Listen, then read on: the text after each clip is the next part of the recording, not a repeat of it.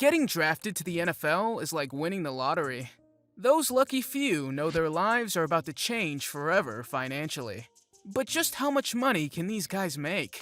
These are some of the highest paid players in the NFL. Considering that Josh Allen is one of the best quarterbacks in the NFL, it should be no surprise to see his name on this list. Starting next year, Allen is going to enter a 6-year, $258 million contract. So, what has he done to command that type of money? Well, while it was a slow start for the 2018 first-round draft pick, he has certainly evolved over the years. Ever since Tom Brady left to get a little sunshine and another ring in Tampa, Allen has helped the Bills dominate the AFC East. They've literally won the conference for the last 3 years straight. On top of this, he led the Bills to the 2020 AFC Championship and the 2021 Divisional Round. Sadly, both times he lost to the Kansas City Chiefs, and a quarterback we'll get to later on this list. Now that Allen has his money, maybe the Bills will finally be able to conquer Chiefs Kingdom. Everything that I've ever wanted, and now that it's here, I'm not going to shy away from it, and I've always had that feeling that I was going to be that type of guy. Speaking of great talents, here we have Tyreek Hill. I'm in the MIA, man, 305. He was traded to the Miami Dolphins last offseason, and it's safe to say that it has cost the Dolphins a pretty penny or two to have him. Hill currently has a 4-year, $120 million contract. Outside of quarterbacks, he has the highest annual salary of any offensive player in football. I guess speed leads to greed. However, it's safe to say that the money is being put to use. Some people thought Hill might slow down once he didn't have Patrick Mahomes to flick him the ball. On the contrary, Hill has been putting up ridiculous numbers during the 2022 season. He ranks near the top of the league in receiving yards and touchdown receptions. So, no matter who's throwing the ball to Tyreek, expect him to show up. Keep the camera on me, dawg. I told you I'll make a play. Speaking of wide receivers switching teams, we also have Davante Adams bringing home fat paychecks. Although Tyreek Hill hasn't beat an average annual salary, Davante Adams still gets the W for contract value. Adams signed a 5-year, $140 million contract with the Las Vegas Raiders. Outside of NFL quarterbacks, this is the highest contract value out of any offensive player in the NFL. What did it cost him? Well, he had to say goodbye to future Hall of Fame cornerback Aaron Rodgers throwing him the ball, and saying goodbye to a team that has been #1 seed in the NFC for the last 2 years. Needless to say, Davante Adams has been no slouch with his new team. He leads the league in touchdown receptions, and it only seems to be developing more chemistry with current quarterback Derek Carr. Look at him, he's working on that tan. Talk about bromance. It's good to see you in that silver and black. Hey, look. Oh yeah, this your first time, huh? It's nice to see the Dolphins and Raiders getting their money's worth, but this next team has basically flushed their budget down the drain.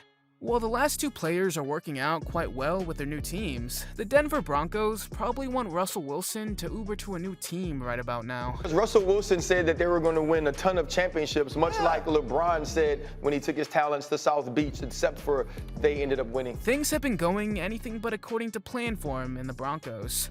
Denver shoved all of their chips on the table to make a deal with Wilson last offseason. Wilson signed a 5-year, $242.5 million contract. What's been the result, you might ask?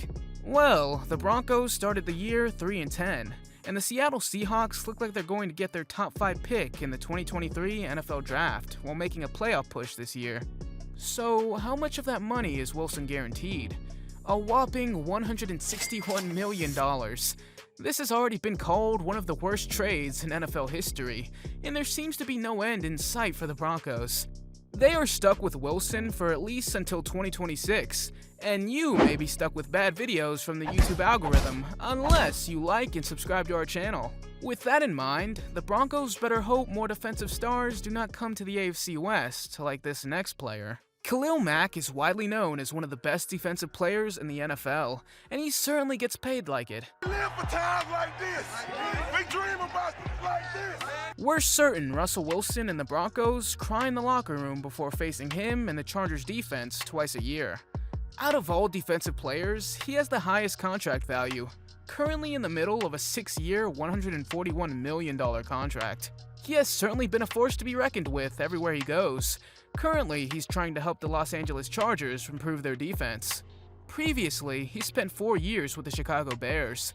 However, this is not Mack's first stint in the AFC West. He actually started his career there, getting drafted by the Raiders. With the 5th pick in the 2014 NFL Draft, the Oakland Raiders select Khalil Mack, linebacker, Buffalo. For some reason, the head coach at the time, John Gruden, thought it was a good idea to trade him. But let's not talk about what happened there after he left. It's safe to say that Mack has been deserving of the money throughout his career. However, one thing of note is how the contract is structured.